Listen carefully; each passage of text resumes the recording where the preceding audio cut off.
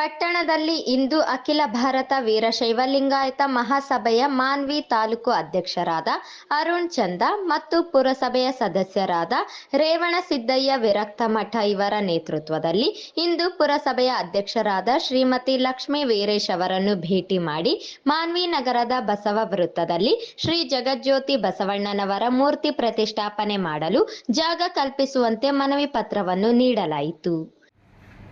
ಅಖಿಲ ಭಾರತ ವೀರಶೈವ ಮಹಾಸಭಾ ತಾಲೂಕು ಘಟಕ ಮಾನ್ವಿ ಪುರಸಭೆ ಶ್ರೀಮತಿ ಲಕ್ಷ್ಮೀ ವೀರೇಶ್ ಮಾನ್ಯ ಪುರಸಭೆ ಅಧ್ಯಕ್ಷರು ಮಾನ್ವಿ ಇವರಿಗೆ ಮಾನ್ಯರೇ, ವಿಷಯ ಮಾನ್ವಿ ನಗರದ ಬಸವವೃತ್ತದಲ್ಲಿ ಶ್ರೀ ವಿಶ್ವಗುರು ಜಗಜ್ಯೋತಿ ಬಸವೇಶ್ವರರ ಮೂರ್ತಿಯ ಪ್ರತಿಷ್ಠಾಪನೆ ಮಾಡಲು ಸ್ಥಳ ಒದಗಿಸಲು ಸಂಬಂಧಿಸಿದ ಇಲಾಖೆಗೆ ಸೂಚನೆ ನೀಡುವ ಬಗ್ಗೆ ಮೇಲ್ಕಾಣಿಸಿದ ವಿಷಯಕ್ಕೆ ಸಂಬಂಧಿಸಿದಂತೆ ಈ ಮೂಲಕ ತಮ್ಮಲ್ಲಿ ವಿನಂತಿಸಿಕೊಳ್ಳುವುದೇನೆಂದರೆ, ಮಾನ್ವಿ ಪಟ್ಟಣದ ಬಸವವೃತ್ತದಲ್ಲಿ ಶ್ರೀ ವಿಶ್ವಗುರು ಜಗಜ್ಯೋತಿ ಬಸವೇಶ್ವರರ ಮೂರ್ತಿ ಪ್ರತಿಷ್ಠಾಪನೆ ಮಾಡಲು ಈಗಾಗಲೇ ಸ್ಥಳಾವಕಾಶವಿದ್ದು,